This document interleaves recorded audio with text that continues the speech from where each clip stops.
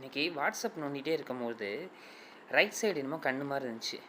பயந்துட்டு நம்மளை யாராச்சும் வாட்ச் பண்ணுறாங்களோ அப்படின்னு பயந்துட்டு இதை டச் பண்ணேன். டச் பண்ணி பார்த்தா ஏஐ. நம்ம வாட்ஸ்அப்லேயும் ஏஐ கொண்டு வந்துட்டாங்க.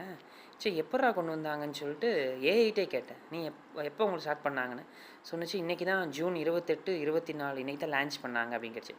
சரி, இந்த ஏஐ வச்சு நாங்கள் எப்படி யூஸ் பண்ணிக்கிறதுன்னு அதுகிட்டே கேட்டேன். அது சொல்லிச்சு, என்கிட்ட கொஸ்டின் கேட்கலான்ச்சு. நம்ம என்ன டாபிக் வேணால் கொஸ்டின் கேட்டாலும் அதை ஆன்சர் பண்ணோம். இப்போ ஜென்ரலாக அதுக்கு டெக்ஸ்ட் பண்ணலாம், இமெயில் எப்படி டிராஃப்ட் பண்ணுறது, சோஷியல் மீடியாவில் போஸ்ட் பண்ணுறது சம்மந்தமாக கேட்கலாம், ட்ரான்ஸ்லேட் பண்ணிக்கலாம், English to Tamil, Tamil to English, வேறு எந்த லாங்குவேஜ்னாலுமே கேட்டுக்கலாம். அது நமக்கு பண்ணித்தரும். அதுக்கப்புறம் ஒரு கண்டென்ட் பெருசாக இருக்குது அப்படின்னா சின்னதாக பண்ணித்தரும். அது ஜட்ஜ்மெண்ட் படிக்கிறக்கும் மற்ற எது படிக்கிறதுனாலும் சின்னதாக பண்ணித்தரும். அதே மாதிரி ஒரு மூவி சம்மந்தமாகவோ இது மியூசிக் சம்மந்தமாகவோ ஒரு புக்கு சம்மந்தமாக கேட்டால் கூட அதுக்கு பதில் சொல்கிறேன்னு போட்டிருக்கு.